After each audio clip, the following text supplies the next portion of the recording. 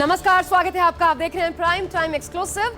मैं हूं आपके साथ आशा झा और आज आपको दिखाते हैं मुख्यमंत्री योगी आदित्यनाथ की चेतावनी कि समझे तो ठीक, नहीं तो बिल्कुल इसी अंदाज में योगी आदित्यनाथ ने खुले मंच से चेतावनी दी है कि सड़क चलने के लिए है, नमाज पढ़ने के लिए नहीं। और अगर प्यार से नहीं माने तो सरकार दूसरे तरीके अपनाएगी, लेकिन किसी कीमत पर अराजकता नहीं फैलने दी जाएगी। मुख्यमंत्री ने इस बार बेहद तीखे शब्दों में एक रेखा खींची है।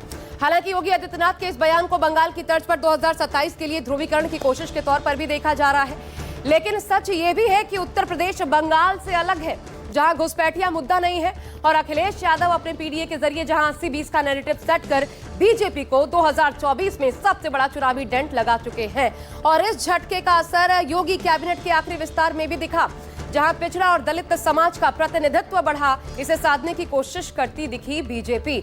ऐसे में इस बयान का हासिल क्या? आज देखिए यूपी में शुरू फिर एक बार ध्रुवीकरण की धार और चुनावी वार।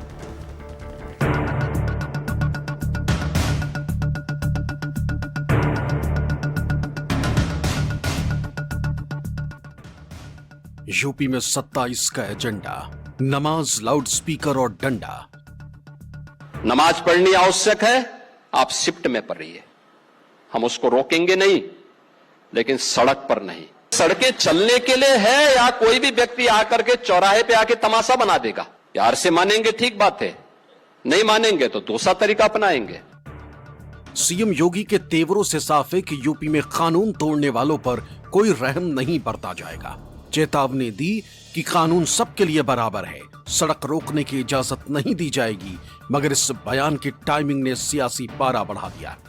दरअसल बकरीद का त्योहार आने वाला है और उससे पहले लखनऊ में एक कार्यक्रम में सीएम योगी आदित्यनाथ के इस बयान के सियासी मायने निकाले जा रहे हैं। इससे 27 चुनाव के लिए बीजेपी के हिंदुत्व के नैरेटिव को तेज करने की कोशिश माना जा रहा है। पहले सुनिए सीएम योगी का पूरा बयान। लोग मुझसे पूछते हैं, साहब आपके यहाँ यूपी में क्या सड़कों पे सचमुच नमाज नहीं होती? मैं कहता हूं कतई नहीं होती है, आप जाके देख लो, नहीं होती है। अरे सड़कें चलने के लिए है या कोई भी व्यक्ति आकर के चौराहे पे आके तमाशा बना देगा? क्या अधिकार है उसको सड़क रोकने का? आवागमन बाधित करने का कौन सा अधिकार है? जहां उसका स्थल होगा वहां जाके करें। उन लोगों ने मुझसे कहा साहब कैसे होगा, हमारी संख्या ज्यादा है। हमने कहा शिफ्ट में कर लो, तुम्हारे घर में रहने की जगह नहीं है तो भाई संख्या नियंत्रित कर लो, और नहीं है सामर्थ्य क्यों बेकार आगे संख्या बढ़ाई जा रहे हैं। नमाज पढ़नी आवश्यक है, आप शिफ्ट में पढ़िए, हम उसको रोकेंगे नहीं, लेकिन सड़क पर नहीं। अगर आपको सिस्टम के साथ रहना है तो याद करना, हम उन नियम और कानून को मानना शुरू करें। हम सड़क को बाधित नहीं करने देंगे। हमारा काम है संवाद बनाना। आप संवाद से मानेंगे, संवाद से, नहीं तो संघर्ष से भी देख लो। बरेली में लोगों ने हाथ आजमाने का कार्य किया, देख लिया ताकत। सुना आपने, सीएम योगी ने कहा कि नमाज के लिए जगह कम है तो शिफ्ट में पढ़ें, घर में जगह कम है तो संख्या नियंत्रित कर लो। इतना ही नहीं, सीएम योगी ने बरेली का भी जिक्र किया। कहा कि लोगों ने हाथ आजमाने की कोशिश की, देख ली ताकत। यूपी सरकार ने सड़कों पर नमाज पढ़ने और मस्जिदों में लाउड स्पीकर बजाने पर सख्त पाबंदी लगाई, कानून का पालन करने की हिदायत दी। लेकिन बकरीद से पहले जिस तरह सीएम योगी का बयान आया है, उस पर बीजेपी के सहयोगी दलों का क्या कहना है, ये भी सुन लीजिए। जब भी कोई धार्मिक आयोजन होने वाला होता है या कोई त्योहार आने वाला होता है तो एक नैरेटिव सेट करने की कोशिश की जाती है कि ये सरकार धर्म के विपरीत काम कर रही है, जबकि मुख्यमंत्री जी ने ऐसा कोई बयान नहीं दिया है जिसमें वो उन्होंने किसी मुसलमानों के विरोध में बोला हो या नमाज के विरोध में बोला हो। मुख्यमंत्री जी ने कहा है कि हम सुरक्षा व्यवस्था का इंतजाम करेंगे और जो व्यवस्थाएं हैं, जो धार्मिक स्थल बने हुए हैं, वहां पे नमाज होनी चाहिए, इसमें कोई बुराई नहीं है। एक महीने में यह दूसरी बार है जब सीएम योगी ने सड़क पर नमाज पढ़ने को लेकर कड़े तेवर दिखाए। बंगाल चुनाव से भी सीएम योगी ने यूपी में मुस्लिमों को संदेश देने की कोशिश की। यूपी में सड़कों पे नमाज नहीं पढ़ी जाती है। यूपी में मस्जिदों से अजान की आवाज नहीं आती है। यूपी में तो एक ही नारा गूंजता है, न गौ माता को कटने देंगे, न हिंदुओं को बंटने देंगे। वहां पर अनुसूचित जाति हो या जनजाति, प्रजापति समुदाय हो या फिर कुम्हार हो या कुर्मी, किसी भी जाति का हिंदू है वह सुरक्षित भी है और समृद्धि के नित नए सोपान को प्राप्त कर रहा है। राजनीतिक जानकारों का मानना है कि बंगाल में जीत के बाद बीजेपी का फोकस पूरी तरह 2027 के यूपी चुनाव पर है। इसलिए अभी से हिंदू मुसलमान का नैरेटिव सेट किया जा रहा है ताकि हिंदू वोटों का पूरी तरह ध्रुवीकरण किया जा सके। दरअसल पश्चिम बंगाल के चुनावी नतीजों ने यूपी के लिए बीजेपी की लाइन को पूरी तरीके से साफ कर दिया है।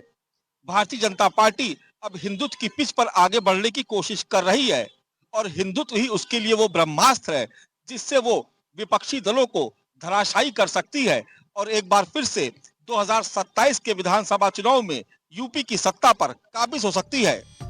सीएम योगी के बयान पर यूपी का सियासी पारा हाई हो गया। मुस्लिम समाज समेत विपक्षी दलों ने बयान का कड़ा विरोध जताया। एआईएमआईएम और समाजवादी पार्टी ने यूपी सरकार पर जानबूझकर मुस्लिमों को टारगेट करने का आरोप लगाया। देश का हिंदू मुसलमान सिख ईसाई वो बहुत प्रेम से रहता है। बड़े मंगल को भंडारा होता है, हिंदू मुसलमान सिख ईसाई बौद्ध जैन सब जाते हैं भंडारे में, जो प्रसाद मिलता है उसको ग्रहण भी करते हैं, उसको खाते भी हैं। अगर सड़क भी रुकी है तब भी किसी नागरिक को कोई कंप्लेन नहीं करता है और यही परंपराएं देश की हिंदुस्तान की संस्कृति भी है। लेकिन भारतीय जनता पार्टी को नफरत की राजनीति करनी क्योंकि चुनाव करीब है और जब भी चुनाव करीब आता है भारतीय जनता पार्टी का चश्मा वो धार्मिक हो जाता है। तमाम त्योहार ऐसे हिंदू धर्म के होते हैं जिनको हम सड़कों पर आकर मनाते हैं। हम तमाम अपने जो जागरण होते हैं, होली मिलन, तमाम ऐसे त्योहार हैं।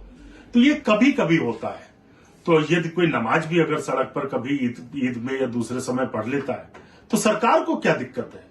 उत्तर प्रदेश के लोगों को तो कोई दिक्कत नहीं, आपसी भाईचारे के साथ रहते हैं। लेकिन भाजपा योगी आदित्यनाथ सरकार अब चाहती है कि जनता के मुद्दों पर बात ना हो। योगी जी टोटल फेल हो चुके हैं उत्तर प्रदेश के एज अ मुख्यमंत्री।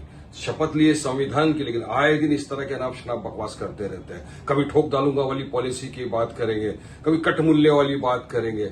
अरे कितनी नफरत आप फैलाएंगे। और अब ये क्या आपका बयान है कि नमाज 2 शिफ्ट में नहीं पढ़े, 3 शिफ्ट में पढ़े रास्ते में, तो फिर हम दिखाएंगे हमारे लिए से नहीं तो। अरे किस तरह का भाषा का प्रयोग आप कर रहे हैं? आप एक राज्य के चीफ मिनिस्टर है, मुख्यमंत्री है आप। मोदी जी देखिए, सुनिए आपके मुख्यमंत्री क्या अल्फाज इस्तेमाल कर रहे हैं। क्या यही आपका सबका साथ, सबका विकास, सबका विश्वास? सीएम योगी के बयान से ही यूपी की सियासत नहीं गरमाई है, बल्कि फिरोजाबाद में एक कार्यक्रम के दौरान लाउड स्पीकर पर अजान को लेकर योगी सरकार में मंत्री ठाकुर जयवीर सिंह ने भी विवादित टिप्पणी कर दी। कहा कि सुबह 4 बजे अजान होती है जिससे नींद में खलल पड़ता है। मंत्री जयवीर सिंह के विवादित बयान पर सियासी बवाल मच गया। मजहब इस्लाम हमें इस बात की तालीम देता है कि हम लोग को किसी भी मजहब के खिलाफ कोई बात नहीं कहनी है और न हम लोग किसी की भी मजहब के खिलाफ कोई बात कहते हैं। और सिमिलरली हम लोग ये एक्सपेक्ट करते हैं कि कोई भी दूसरे मजहब का मानने वाला हमारे मजहब इस्लाम के खिलाफ कोई बात ना कहे। तो लिहाजा इन बातों को मद्देनज़र रखते हुए जो एक वज़ीर ने अजान के खिलाफ बयान दिया है उसके हम लोग सख्त अल्फाज में मजम्मत करते हैं और उनको चाहिए कि अपने अल्फाज को वापस लें और मुसलमानों से इस सिलसिले में माफ़ी मांगें। योगी जी चूँकि चुनाव आ रहा है इसलिए इस तरीके की भाषा बोल रहे हैं और आप कह रहे हैं कि प्यार से मानेंगे तो ठीक है वरना दूसरा रास्ता अपनाएंगे। तो वो दूसरा रास्ता भी आपको बता देना चाहिए। क्या ये किसी मुख्यमंत्री की भाषा है? आप मुख्यमंत्री हैं तो उत्तर प्रदेश की सारी जनता के मुख्यमंत्री हैं। आप अगर ये कहते कि सड़कों पर किसी भी धर्म के आदमी को इजाज़त नहीं दी जाएगी कि वो किसी तरीके के रास्ते पर किसी तरीके का ऑब्स्टिकल्स पैदा करे तो मेरी समझ में आता था। सियासी बवाल बढ़ा तो मंत्री जयवीर सिंह ने सफाई दी। कहा कि किसी को दूसरे धर्म के लोगों को परेशान करने और जोर जबरदस्ती का अधिकार नहीं है। सीमित ध्वनि में लाउड स्पीकरों को बजाने का निर्देश सरकार ने दिया है। लोगों का कहना यही था उस बैठक में कि हर मजहब, हर धर्म के लोगों को अपनी धार्मिक जीवन जीने का, उसकी मान्यता देने का, उसके रीति रिवाज निभाने का हक है। लेकिन किसी दूसरे धर्म के लोगों को परेशान करने का जोर जबरदस्ती करने का, काम करने का, उनके दिनचर्या में अव्यवस्थित करने का अधिकार किसी को नहीं है। योगी सरकार का साफ कहना है कि कानून से ऊपर कोई नहीं। सीएम योगी विधानसभा में भी इस बात को कह चुके, लेकिन माना जा रहा है कि जिस तरह बीजेपी 27 की तैयारी में जुटी है, उसमें ऐसे बयान चुनाव के लिए बीजेपी के हिंदुत्व की धार को मजबूत करने की कोशिश हो सकती। लखनऊ से मानस श्रीवास्तव का रिपोर्ट, न्यूज़ 24।